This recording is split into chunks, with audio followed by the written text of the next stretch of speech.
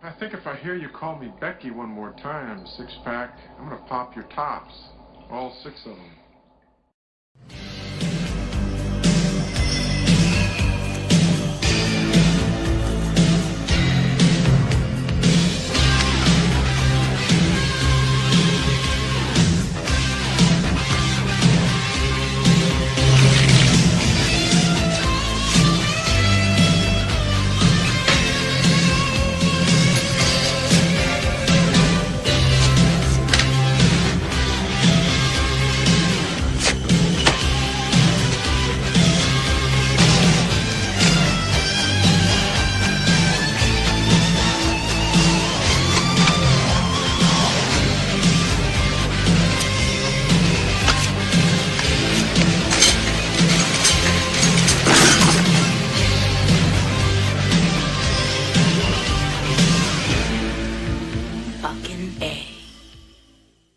Hi, this is Matt once again. Welcome back to another review. This is another Patreon review, this time for Juan Tibbets, who wanted my thoughts on the classic film The Wild Bunch from 1969, directed by Sam Peckinpah. Now, first off, thank you to everyone who's joined me on Patreon, as well as sent in requests via PayPal. If you're wanting to request any videos, reviews, re-reviews, movie topics, what have you, you can do it again directly via my PayPal or part of my Patreon. The links to both are down below in the info box, and I will try to do it as soon as I can. If not, no worries. But The Wild Bunch is a film that I've seen bits and pieces of, but I never really sat down and watched the whole thing. And while it's hard to say these characters are, quote, likable, I mean, they're willing to take a woman hostage and get her shot so that they don't get shot.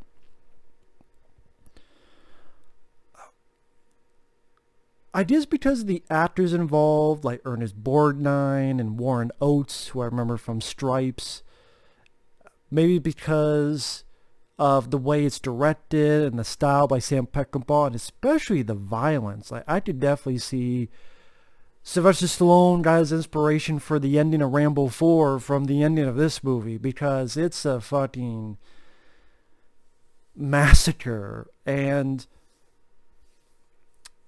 it's very well directed.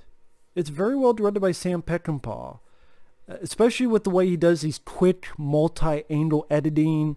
Like, someone's crashing through a window, then it cuts to here, then it goes back to them, crashing through the window, then cuts back to here, then it goes to them finishing crashing through the window, which sometimes it can be confusing or sporadic.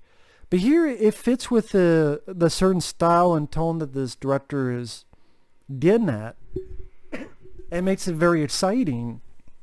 So I don't think the film needed to be as long as it is, but at the same time, it didn't feel as long as I thought it would be. It wasn't like Barry Lyndon or anything.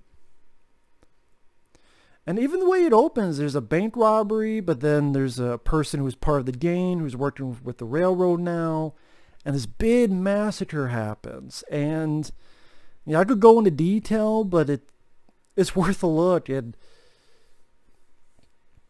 maybe that's one of the things I really would have liked someone to truly root for. Because even the guy who used to be part of the game, but he's now working with the railroad to chase after the Wild Bunch, the actor was fine, Robert Ryan as Deke Thornton.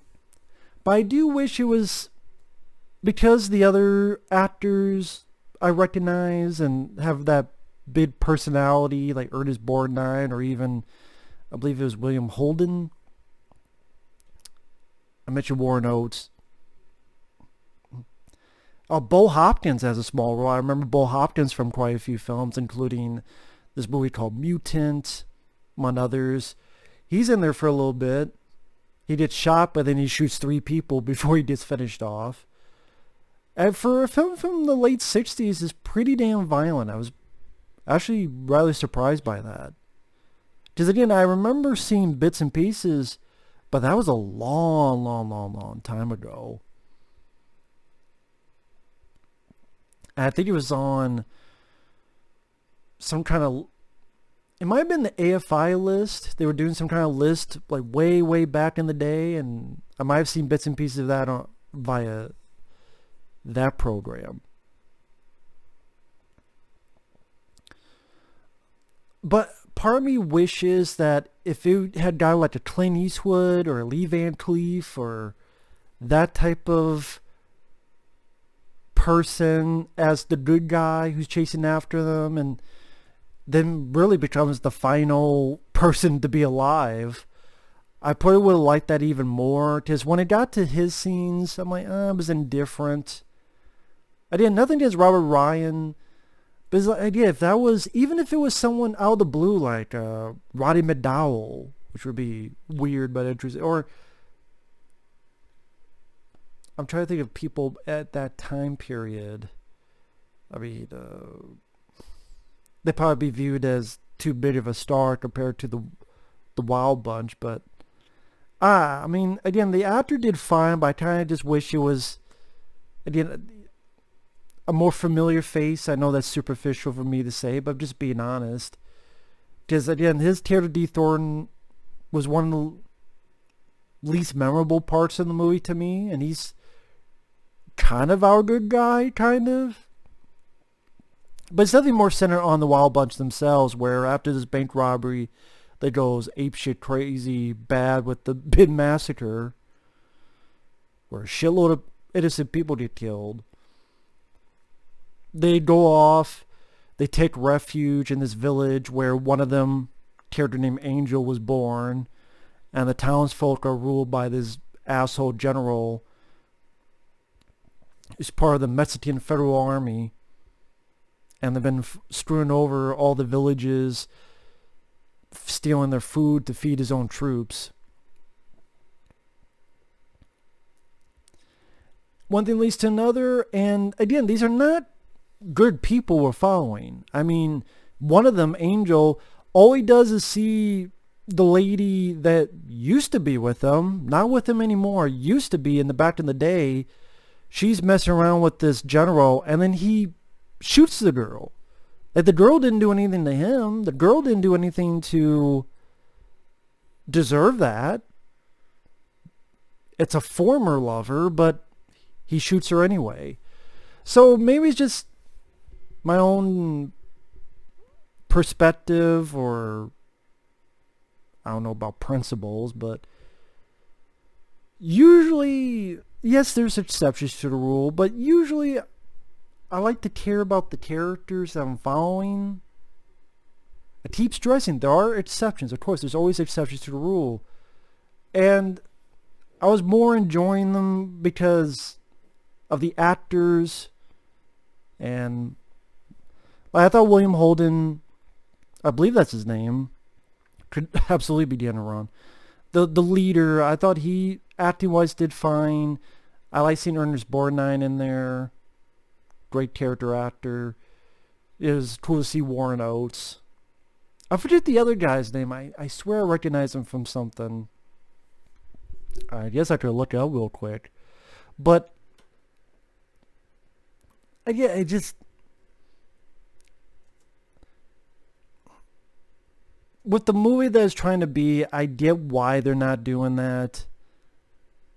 It just comes down to personal preference. But I didn't hate the movie or anything. There's still interesting personalities, I'll say that. William Holden, Ernest Borgnine, Ben Johnson, that's who I'm thinking of, because I remember him, he was the conductor in Terror Train. He's been in other stuff as well. But because of Angel fucking up, then the army, the federal army's pissed at him. It's like, okay, well, you don't help us do this train robbery. Oh, yeah, help us do this thing here. They're like, okay, and then this kind of, they do it, but then Deep Thornton, Robert Ryan's character, and his men come in, and there's a bit of struggle and fights, and kind of wish Ernest Borgnine doesn't do a whole lot for most of the movie. As I'm witnessing it, he does a little bit at the end, but his character is kind of there just to be there.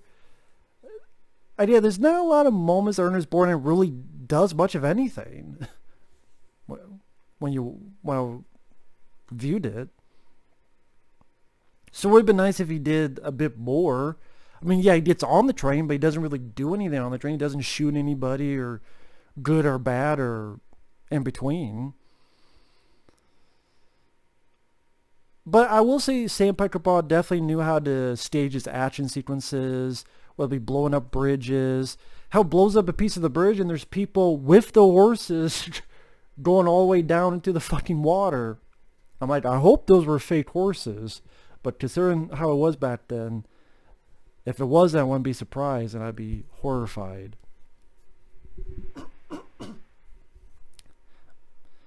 But with that said,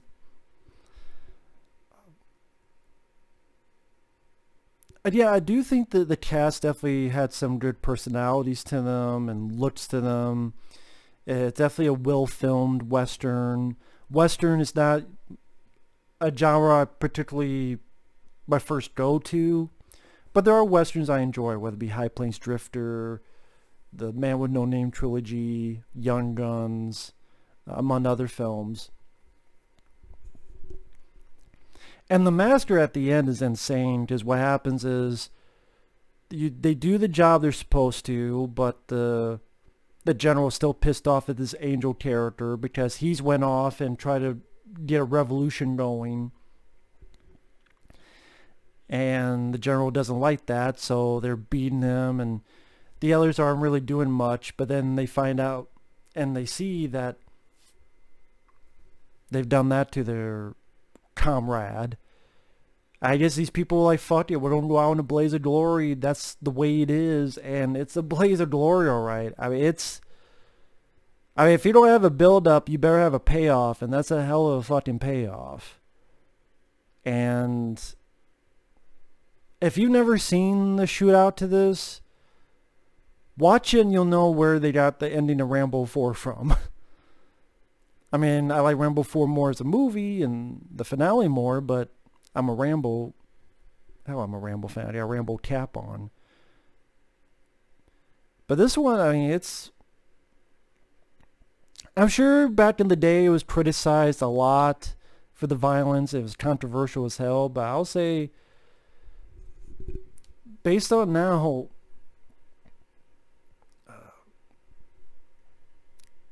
I think it would still be like, oh shit, when you see it in today's age. So it still holds up. It still holds up. And like I said, the actors, yeah, the terrors are despicable characters, but you know what? They play them well for what they're supposed to be. Do I always go towards it? No, but for example, Henry Portrait of a Serial Killer, I reviewed that film. I enjoyed it.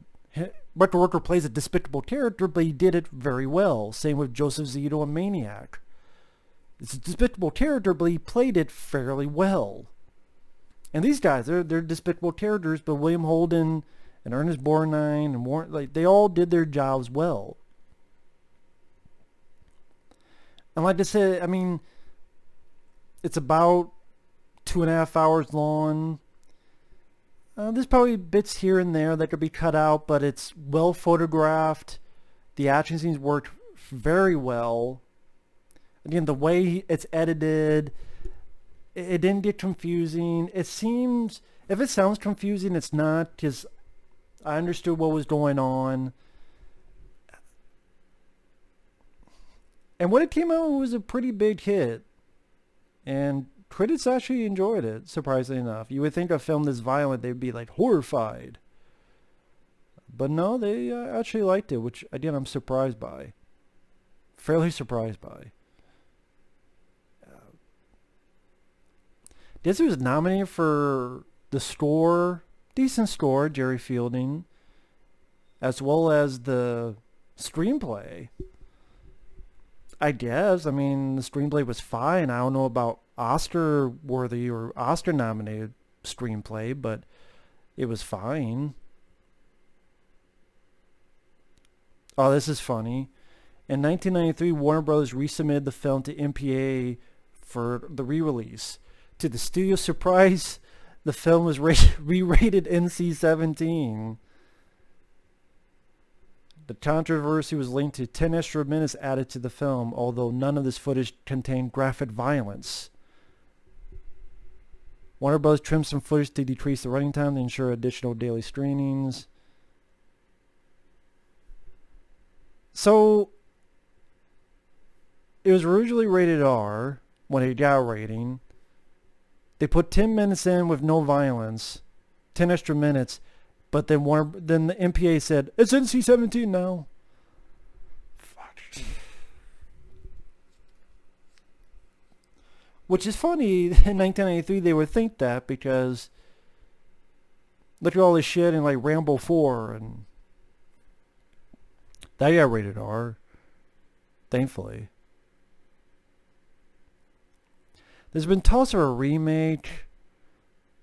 One point, Will Smith? I don't see him in a, no, I don't see him in a remake of Wild Bunch, no.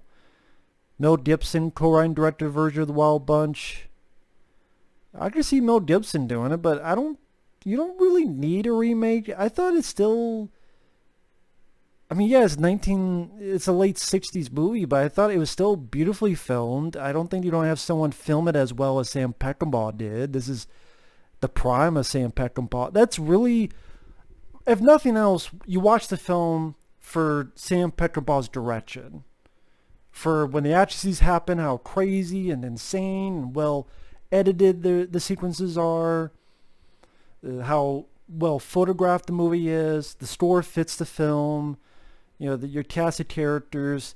I mean, didn't they try to do a remake of The Magnificent Seven? Was that movie even a hit? It had like Denzel in it. That movie came out, I heard no one talk about that movie. This is my idea for trying to type one hand. I'm sorry, I know this is off tangent, but I'm just curious. Like, did that movie came out 4 years ago? Jesus, it's been that long. It cost 90 to 107 million. That's probably not even dealing with marketing, ads. It grossed 93 million in the US, 162 million worldwide. So that's a flop. I mean, if it costs about 100 million, not even taking into account advertising and trailers and TV spots, at a campaign where it was in live sporting events like the NFL, NCAA, among programs like Empire, American Horror Story, Fear the Walking Dead. So Sony, for the NBA Finals and the BET Awards, the Summer Olympics, that's a lot of advertising. So they spend a shitload on advertising. I wouldn't be surprised if that's at least 50 million in advertising, at least, or 40 million. So even if it's 90 plus 40, that's 130 million. And it made 160 worldwide, when you have to cut a check to the a percentage to the movie theaters. Sorry, I'm off tangent. I'm just saying, if that film wasn't a hit, then why the fuck would they think The Wild Bunch would be a hit? People probably just don't watch the original. So again, it's a movie that many people who grew up with the film, that don't have more in-depth, passionate, creative reviews of this than I ever could. All I can say is, if you like westerns, if you like action that's crazy, violent, well executed, extremely well edited, beautiful photography, yeah, it's a bit long. I mean, there's different versions of the film. The one I saw was like about 2.5 hours. But you know what? I mean, yeah, there's stuff that could be cut out, but I've seen a lot of other films that felt longer. Barry Lyndon. So this wasn't as much of a bother. And hey, if you, like I said, it does give you a fucking payoff. And considering these guys were despicable, I can't really say I felt bad But at the same time, I like the personalities, and they did go out in a blaze of glory. If that's a blaze of glory, I mean, that's... I mean, fuck. You see, I love the first Young Guns. I do not like Young Guns 2 for a variety of reasons. The only thing I like about Young Guns 2 is the song Blaze of Glory. That song should be like for this movie, not Young Guns 2. That should be like this movie. This is the Blaze of Glory. Or the ending of Rambo 4. Granted, thankfully Rambo lived, but that's a fucking blaze of glory as well. But I'm just saying, for Tears to Die, that's a fucking... I just kept thinking in my head, the song was playing as this scene was going. Going down, down is a blaze of glory. I know that's stupid, but that's sometimes how my mind thinks. So anyway, thank you once again, Juan Tibbets, for the request. Thank you everyone for watching. And even if you're not into westerns, again, if you like violent action movies, this is definitely worth a look. And again, with some interesting personalities and good music, good photography, good movie. I think it's a good film. And Sam Peckinpah did a very solid job with it. I'll say that. So, thanks for watching. Take care. We'll see you guys later. Bye-bye.